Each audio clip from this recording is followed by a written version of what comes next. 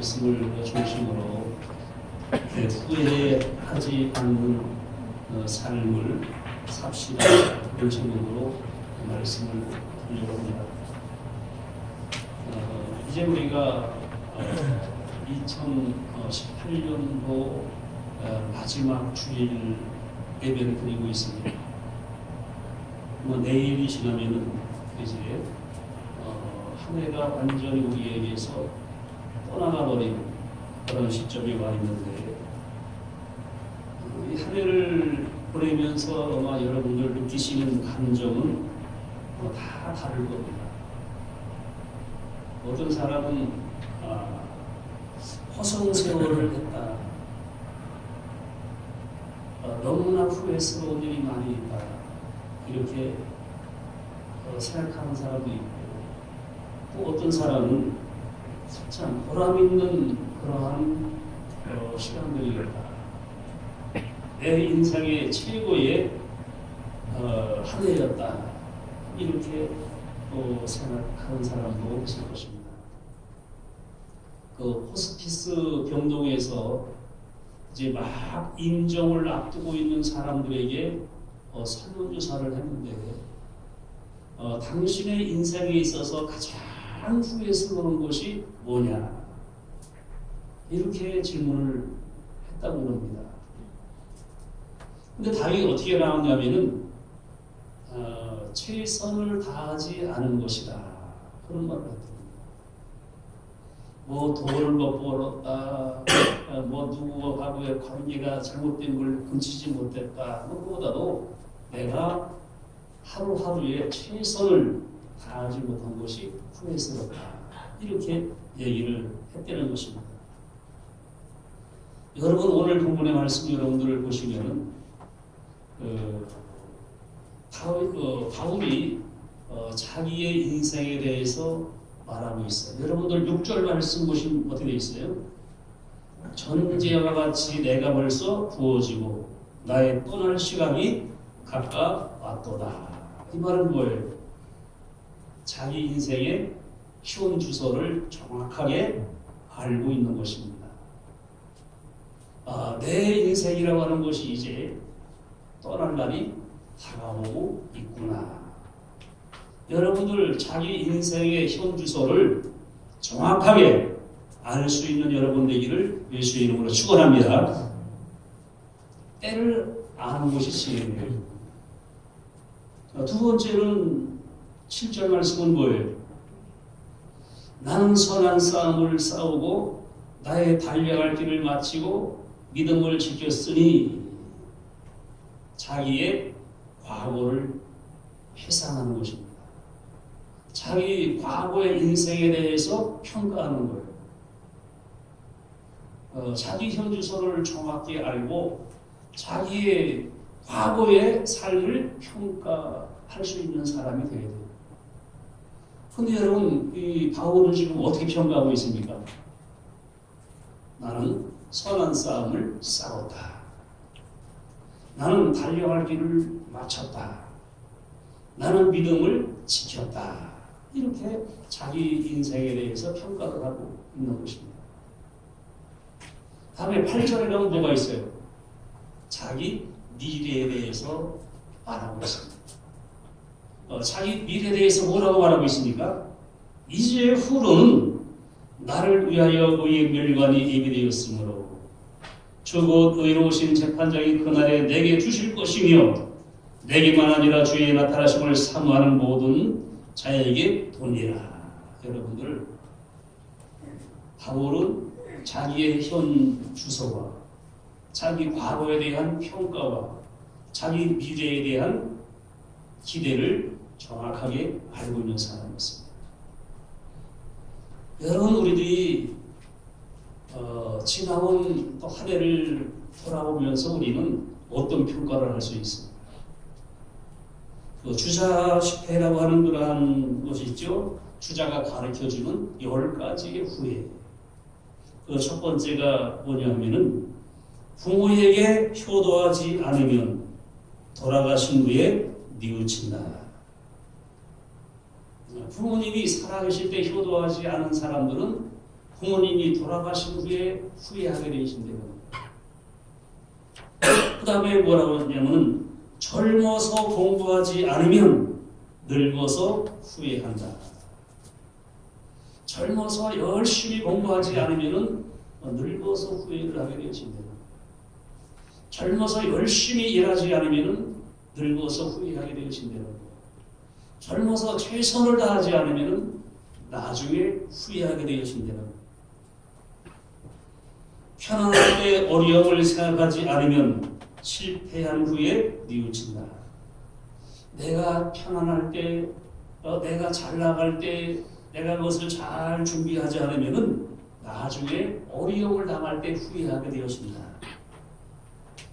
봄에 씨를 뿌리지 않으면 가을이 되어지면 후회한다.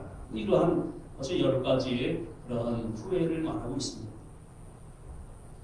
여러분 도스토옙스키의 그 백치라고 하는 그러한 책에서 한 사형수가 절박한 심정으로 고백하는 게 있어요.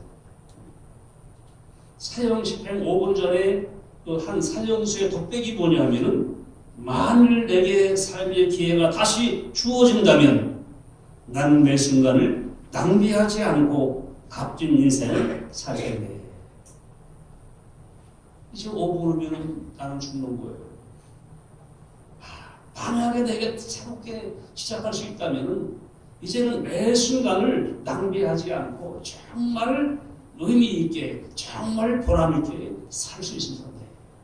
그러나 여러분 이미 그 인생은 끝이 나버리구나. 여러분 성경 말씀 보면은 후회하는 사람들이 나옵니다.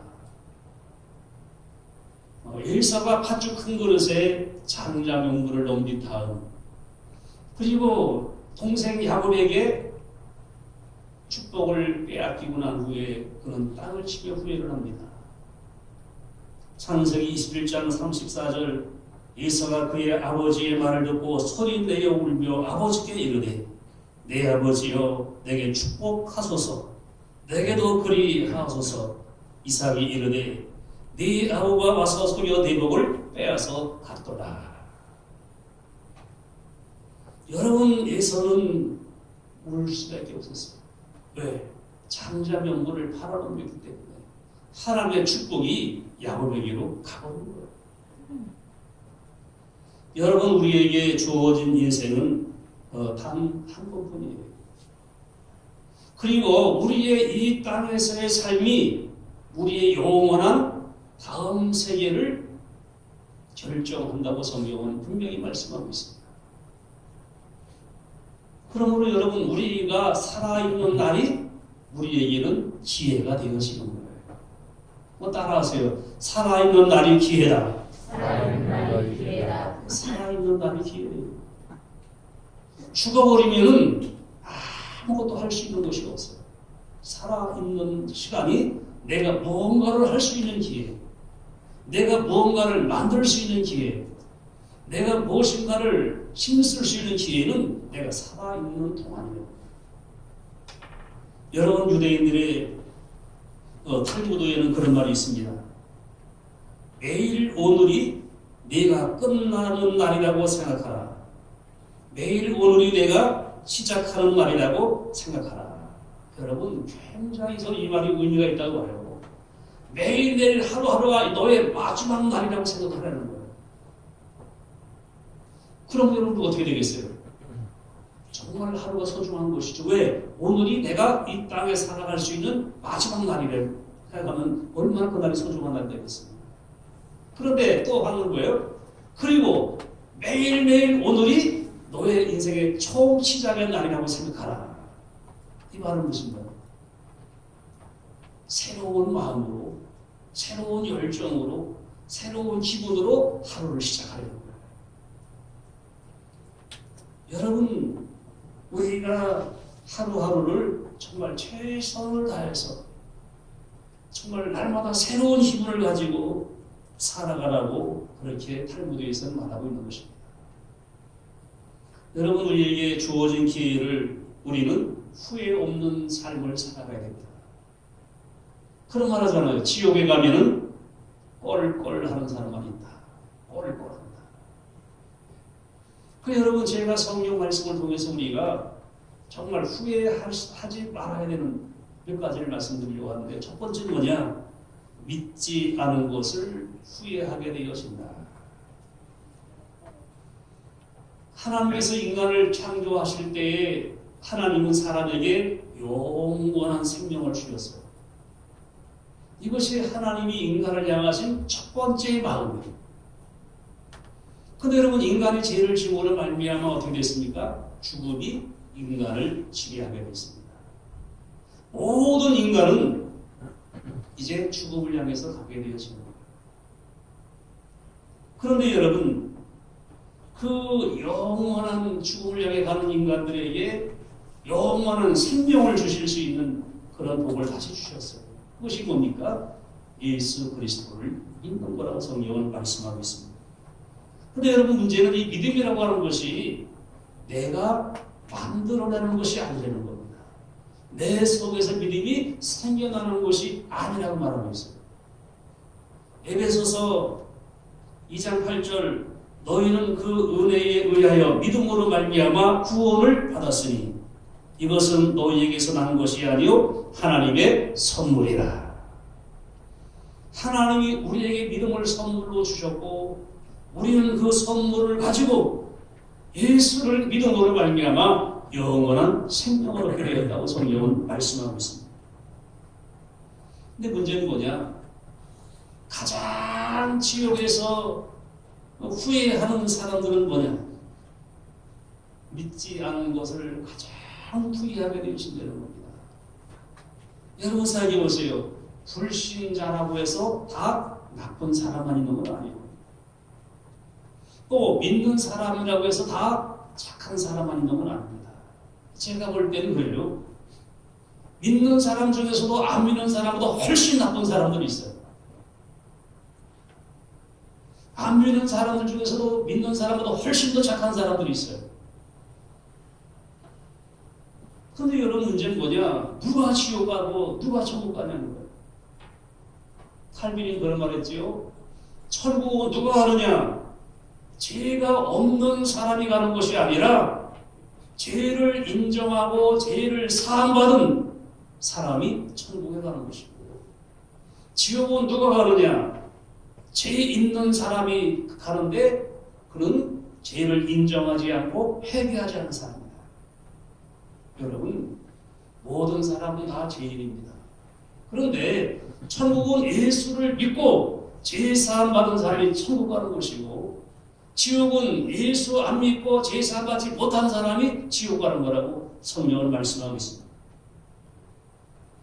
그래서 여러분, 마가복음 16장 16절 보면은 믿고 세례를 받은 사람은 구원을 얻을 것이요 믿지 않는 사람은 정죄를 받으리라. 착한 사람이냐 나쁜 사람이냐가 천국 지옥 결정하는 것이 아니라 믿느냐 믿지 않느냐가 천국과 지옥을 결정한다고 성경은 말씀하고 있습니다. 여러분, 예수님께서 이 땅에 오실 때에 그 모습을 성경은 말씀하고 있죠. 구름을 타고 오시고 천사를 거느리고 오시고 나팔소리가 들리면서 예수님이 이 땅에 오실 때의 모습을 성경은 말합니다. 계시록 1장 7절 보면 뭐랬습니까? 볼지어다 그가 구름을 타고 오시리라. 각 사람이 눈이 그를 보겠고 그를 찌른 자도 볼 것이요 땅에 있는 모든 속속이 그로 말미암아 애곡하리니 그러하리라. 여러분, 예수님이 이 땅에 오실 때는 모든 사람이 예수를 보게 되어진다는 겁니다. 예수를 찌른 사람도 볼 것이고, 예수에게 돌 던진 사람도 볼 것이고, 예수를 죽이라고 소리친 사람도 볼 것이고, 예수를 믿는 사람도 볼 것입니다. 그런데 성경 말씀 보면 뭐랬습니까? 모든 족속이 예수 그리스도로 말미암아 애곡할 것이다. 왜 애고는 거예요? 이 애곡이라는 말이 뭡니까? 애통해 하면서 공허할 슬피 울 것이 되는 거예요. 왜? 자신이 당할 심판을 생각하면서 예수를 믿지 않은 것에 대한 후회스러운 마음에서 모든 사람들은 애곡을 할 것이라고 성경은 말씀하고 있습니다. 여러분 스탈린이 죽었을 때 그 스탈린의 딸이 그런 고백을 했습니다. 아버지는 최후의 순간이 다가오자 눈을 갑자기 크게 뜨고 경도한 눈으로 방한 사람들을 둘러보았다. 아버지의 눈은 보는 것은 너무나 무서운 일이었다. 그리고 나서 왼손을 들고 무엇을 가르치는 듯 했다. 분명히 죽음을 무서워하는 공포에 찬 눈빛이었다. 스탈린이 죽을 때 눈을 푸르 뜨고 무엇을 바라보고 있었는데 너무나 공포스러운 그런 눈빛이었다. 손을 들어 뭘 가르치는데 분명히 죽음을 두려워하는 그런 모습이었다고 또 다른 그렇게 말을 했습니다. 여러분, 우리가 인정하든 인정하지 않든 우리 영혼은 죽음 이후에 당할 저주와 지옥의 그 공포를 두려워하고 있는 것입니다. 저는 그런 생각을 해봤어요. 사람은 왜 죽기 싫어할까? 여러분 왜 싫어하는 것 같아요? 왜 죽음을 싫어하는 것 같아요? 저는 두 가지를 봅니다. 하나는 죽음 이후의 모습이 너무나 두려운 거예요. 우리가 영적으로 이미 우리 영은 우리 죽음 이후의 것을 영은 알고 있는 거예요. 본능적으로, 영적인 본능을 알고 있는 거예요. 또 한 가지는 뭡니까? 세상과의 단절이 두려운 겁니다. 그런데 여러분, 예수 안 믿는 사람들의 죽음은 공포스러울 수밖에 없어요. 왜? 이거로는 나는 죽음 끝나는 거지. 천국이 어디 있어? 지옥이 어디 있어? 하나님이 어디서 하는지만 우리 영혼은 하나님을 알고 있어요. 우리 영혼은 지옥의 그 고통을 알고 있어요. 그러니까 죽음이 다가올 때 불신자들은 두려울 수밖에 없는 거예요. 공포스러울 수밖에 없는 거예요. 그런데 여러분, 믿는 사람들은 다른 것이죠. 여러분, 믿는 사람들은 죽음이 곧 축복의 순간인 것을 알고 있습니다. 죽음이 곧 예수를 만나러 가는 길인 걸 알고 있어요. 죽음이 예수님 만나서 영원한 나라에 들어가는 걸 알고 있어요. 그래서 여러분, 무디가 그런 말을 했습니다. 지구가 점점 멀어지는 것이 보이는구나. 하늘문이 열리고 하나님이 나를 부르시는구나. 그런 말이었어요. 지구가 내게서 멀어지는 것이 보인다. 하늘의 문이 열리고 주님이 나를 기다리고 있는 것을 나에게 보인다는 거예요. 찰스 웨슬리는 말했습니다. 하나님이 기뻐하시니 기쁩니다. 만족합니다. 여러분, 가까운 이로 제가 전사로 있던 교회 권사님 돌아가시면서 한 말이 있어요. 천사가 나를 데리러 온다. 너희들 예수 잘 믿어라. 그 권사님 그 아들 며느리는 예수를 안 믿었어요. 근데 그 손녀가 예수를 믿었어요. 그래서 여러분, 그 말씀을 하고 돌아가신 다음에 집안 죽고 다 교회 나왔어요. 왜? 자기 어머니가 천사가 날 데리러 오는 것이 보인다는데, 너희들 예수 잘 믿으라고 그러는데, 여러분들, 예수님 만날 때, 우리가 세상을 떠났을 때, 그때 후회하는 것이 뭐냐? 내가 왜 예수를 안 믿었을까 하는 것이 가장 큰 후회인 것을 성경은 보여주고 있습니다. 그걸 어떻게 알 수 있냐면 부자와 나사로 비유를 보면 어떻게 됐습니까? 부자는 이 땅에서 부끄러울 곳이 없는 거예요. 날마다 맛있는 음식 먹었습니다. 좋은 옷을 입었습니다. 그런데 죽을 때 어떻게 했어요? 지옥으로 떨어져서 불 속에서 너무 고통스러우니까 그거 한 말이 뭐예요? 나를 좀 눈을 찍어서 내 혀를 좀 적셔주시오 그랬어요. 안 된다고 그러니까 그럼 소원이 있습니다. 우리 집에 나사로를 보내서 형제 5명이 있는데 그들이 여기 오지 않게 해달라고 좀 얘기 좀 해달라고 좀 예수 믿게 해달라고 하나님을 믿게 해달라고 그렇게 소원을 말했어요. 여러분, 지옥에 있는 사람들의 가장 큰 후회는 뭐예요? 믿지 않은 것이었습니다. 여러분들, 우리는 여러분 예수 하나님의 은혜 가운데 우리는 뭐예요? 이 예수를 믿고 있으니 감사하시는 여러분 되기를 예수의 이름으로 축원합니다. 그리고 이 믿음을 주님 오실 때까지 굳게 붙잡고 승리하시는 여러분 되기를 예수의 이름으로 축복합니다. 이 믿음을 여러분 가볍게 생각하지 마시기 바랍니다. 히브리 2장 3절 본문 했습니까? 우리가 이같이 큰 구원을 틈만히 여기면 어찌 그 보응을 피하리고. 이 구원은 처음에 주로 말씀하신 바요 들은 자들이 우리에게 확증을 받는 것입니다. 이 큰 구원을 주는 믿음을 틈만히 여기면 그 보응을 어찌 피할 수가 있다고 했습니다. 여러분들 구원을 귀하게 여기고 믿음을 귀하게 여기시는 여러분 되기를 예수의 이름으로 축원합니다. 두 번째는 기도하지 않은 것을 후회하게 돼요. 이거는 믿는 사람들이 하는 후회일 것이에요. 여러분, 하나님께서 인간을 참 만드시고 사람들에게 가장 풍성한 걸 주셨어요. 그렇잖아요. 사람 만든 다음에 뭐랬습니까? 이 땅의 모든 식물들 다 너에게 주겠다. 땅을 다스리는 권세를 주겠다 그랬어요. 그 인간은 태어나면서부터 부족함이 없이 살 수 있도록 만들어졌어요. 그런데 여러분, 인간이 죄를 짓므로써 그 모든 걸 뺏겨버리죠.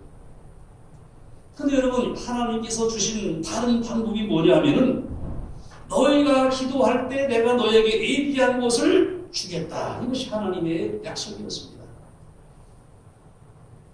어떤 사람이 세상에서 가난하게 살고 없이 살아서 멸시당하고 고통을 당하고 어려움 당하고 그 살았어요. 천국에 가보니까 천국 창고에 얼마나 많은 것이 쌓여 있는지 너무너무 놀랐어요. 그래서 예수님에게 항의를 했습니다. 예수님, 이렇게 많은 걸 두시고 왜 안 주셨습니까? 내가 하나님의 자녀로서 살아갈 때에 이렇게 많은 걸 쌓아두시고 왜 안 주셨습니까? 너무하십니다, 예수님. 예수님께서 뭐라고 했겠어요? 성경적으로 구하여야 주지. 여러분, 분명히 성경에 뭐랬습니까? 구하라, 그리하면은 얻을 것이고, 찾아라, 그리하면은 찾을 것이고, 문을 두드려라, 그러면 열릴 거라고 했잖아요. 아니, 쌓아 있는 것이 그냥 주는 게 아니라 구하면 주겠다고 했어요.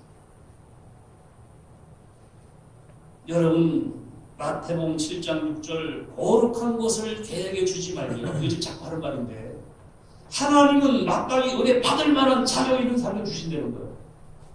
마땅히 은혜를 귀하게 여기는 사람을 주신다는 거예요.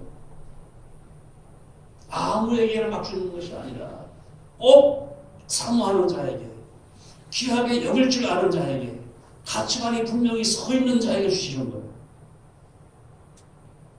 그래서 하는 말이 뭡니까? 구하면 줄 것이다. 네가 원하느냐, 네가 사모하느냐, 네가 간절히 필요하냐, 그럼 구하라는 겁니다. 그러면 내가 예비한 것을 주겠다는 거예요. 하나님의 별명이 뭡니까? 여호와 이레. 여호와 이레가 뭐예요? 준비하시는 하나님, 예비하신 하나님이에요. 여러분, 우리 부모들은 자식을 위해서 100% 준비를 못 해놓으세요. 그렇잖아요. 그래도 할 수 있는 데는 해놔요. 애를 낳기 전에 기저귀 하다 놓고 뭐 다 준비하잖아요. 살아가면서 좀 저기 한 사람들은 자식을 위해서 미리 뭐 교육금 같은 거 들어놓잖아요. 근데 자식이 부모들은 마음은 능력이 없어갖고서 다 해주지 못하는 그런 경우도 있어요. 그러나 우리 하나님은 하늘과 땅의 모든 것을 가지신 분입니다. 모든 걸 소유하시고 모든 걸 매입하고 계신 분이에요. 그 하나님이 우리에게 말씀하십니다. 계시록 에스겔서 36장 37절 주 여호와께서 이같이 말씀하셨느니라. 그래도 이스라엘 족속이 이같이 자기들에게 이루어 주기를 내게 구하여야 할지라. 하나님이 약속을 쫙 해놓으시고 한 말이에요. 약속을 쭉 하시고 한 말이 그래도 이스라엘 사람들이 이렇게 자기에게 하여 주기를 나에게 구해야 된다. 이렇게 말씀하고 있습니다. 여러분들, 이스라엘 사람들은 광야에서 문제가 생길 때마다 하나님께 원망을 했습니다. 근데 여러분, 원망하는 것이 또 불평하는 것이 하나님이 예비한 것을 얻는 길은 아니에요. 기도할 때에 예비한 것을 주시고 하늘의 문을 여시고 우리에게 허락하시는 하나님의 역사가 임할 줄로 믿습니다. 그래서 여러분, 나중에 죽고 난 다음에 천국 가서 하는 일이 뭐야? 괜히 기도 안 했네. 하나님이 이렇게 많이 준비하고 계신데, 이렇게 많이 예비하고 계신데 기도만 하면 주실 텐데 괜히 기도 안 했네. 여러분들, 생고생하지 마시고, 세상말 요즘 말고요, 개고생하지 말고 하나님께 기도하셔서 하나님이 예비하신 것을 소유할 수 있는 여러분 되기를 예수의 이름으로 축원합니다. 그 다음에는 충성하지 않은 것입니다. 여러분, 기도가 풍요에 관한 것이라면 충성은 상급에 관한 것이 되죠. 여러분, 참이 상급이라고 하는 것이 굉장히 이게 또 부러울 때가 있습니다. 어릴 때, 초등학교 다닐 때 달리기 하잖아요. 100m 달리기 하고 그러면은 1등 하면은 공책을 줍니다. 1등은 3번, 2등은 2번, 그리고 3등은 1번 줘요. 근데 저는 3등 했어요. 우리 조에 꼭 나보다 잘 뛰는 애가 2명 있어갖고 걔들을 떨어뜨릴 수가 없어서 지금 꼭 3등 했어요. 부럽더라고. 나도 언제도 세우고 가더만. 근데 여러분, 사람들은 사실은 이러한 기대 심리가 있어야지 열심을 내게 되어 있습니다. 우리 하나님께서 마찬가지예요. 그냥 열심을 내라. 그냥 열심을 내라. 누가 열심히 내냐? 근데 열심을 내라 한데 뭐가 있습니까? 그리하면 내가 너희에게 면류관을 주리라, 상급을 주리라 그렇게 말씀. 꼭 하나님은 공짜로 시키는 분이 아니에요. 꼭 우리의 열심과 우리의 수고와 노력에 반드시 보답하시는 분입니다. 그래서 죽도록 충성하라. 그리하면 너희에게 생명의 면류관을 주리라. 믿어라, 믿어라. 누가 믿어? 근데 믿는 거예요? 믿어라. 그러면 내 영생을 얻으리라 하니까 믿는 거예요. 인간들은 여러분 절대로 생기는 거 없으면 안 움직여. 신앙도 마찬가지예요. 아니, 믿기만 하라고 그러면 뭘 믿으면 뭐 하냐는 거야. 영생 준다니까 믿는 거야. 충성하라, 충성하라. 왜 충성해야 돼? 상급을 준다니까 충성하는 거야. 여러분, 기도하라, 기도하라. 아니, 왜 기도하라는 거야? 준다니까 기도하는 거야. 사람은 여러분 보상심리가 없으면 절대로 안 움직입니다. 하나님 걸 아셔요. 그래서 반드시 계약을 하실 때 반드시 계약을 지킬 때 주실 상급과 축복을 반드시 말씀하십니다. 여러분이나 나는 착한 사람들이 아니야. 공짜가 생기는 것을 절대 우리 안 해야 한 것도. 근데 여러분, 하나님께서 말씀하십니다. 빌립보서 3장 14절 보면은 첫 때를 향하여 그리스도 예수 안에서 하나님이 위에서 부르신 부름의 상을 위하여 달려간다. 여러분, 바울은 막 달려간다고 했어요. 왜 달려갑니까? 부르신 상급을 위해 달려간다고 말하고 있습니다. 오늘 말씀과 마찬가지로 나는 선한 싸움을 싸웠다, 달려갈 길을 마쳤다, 믿음을 지켰다, 이제는 난 상을 받을 것이다. 이것이 바로 바울의 인생이었습니다. 여러분, 하나님 앞에서 모든 사람들은 평가를 받게 되어져요. 그리고 평가에 따라서 보응을 받게 되어지는 것입니다.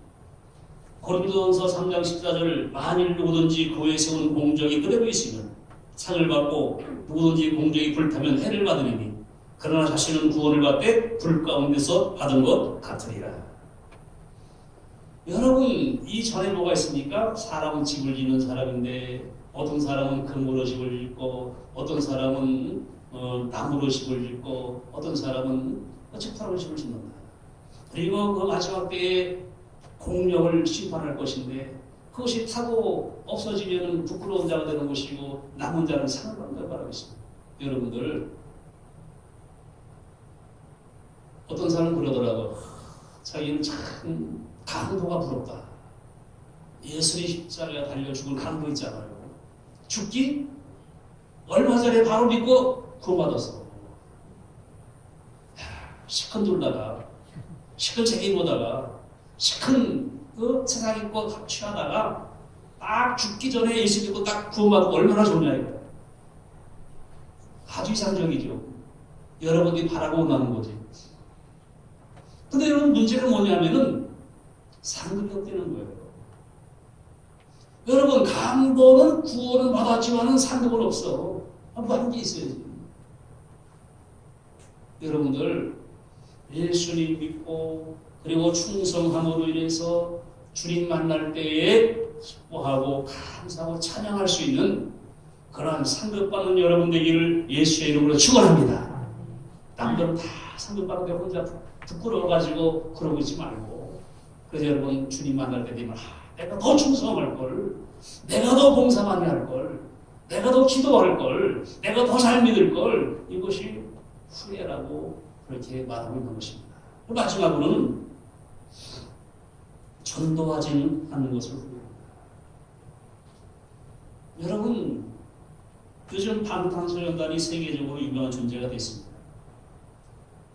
또 베트남에서는 박항서 감독이 또 요즘에 베트남 가면 한국 사람들은 대접받을 것 같아요. 여러분 굉장하잖아요. 모든 사람들이 막 바라보고 있고 칭찬하고 얼마나 좋습니까? 그런데 여러분 천국에서도 스타가 있다는 거예요. 하나님이 정말 칭찬하시는 사람이 있다는 거예요. 누구냐? 바로 전도하는 사람. 여러분 하나님께서 우리 주신 최고의 계명이 뭡니까? 요한복음서 13장 34절에 새 계명을 너희는 주머니 서로 사랑하라. 내가 너희를 사랑한 것 같이 너희도 서로 사랑하라. 여러분 최고의 계명은 사랑이라고 말씀하고 있는 거예요. 성경을 통틀어서 한마디로 말하면 사랑이라고 그러는 거예요. 그리고 모든 일을 할 때 사랑을 하는 모든 율법을 완성한 자라고 말하고 있습니다. 그런데 이 사랑의 최고의 사랑은 뭐냐? 생명을 구원하는 거라고 했어요. 뭐 밥 한 번 사주는 것이 사랑, 그것도 사랑이죠. 옷 하나 사주는 것도 사랑이죠. 뭐 정말 뭐 힘들 때 도와주는 것도 사랑이죠. 그러나 그런 사랑보다 최고의 사랑은 그 사람 생명을 구원하는 것이 그 사랑. 로마서 5장 8절 우리가 아직 죄인되었을 때 그리스도께서 우리를 위해 죽으심으로 하나님께서 우리에 대한 자기의 사랑을 확증하셨느니라. 예수님이 우리를 위해 죽으심으로 하나님이 우리를 얼마나 사랑하는지를 확실하게 증거한다고 말하고 있습니다. 여러분들 이것이 최고의 사랑이라는 것입니다.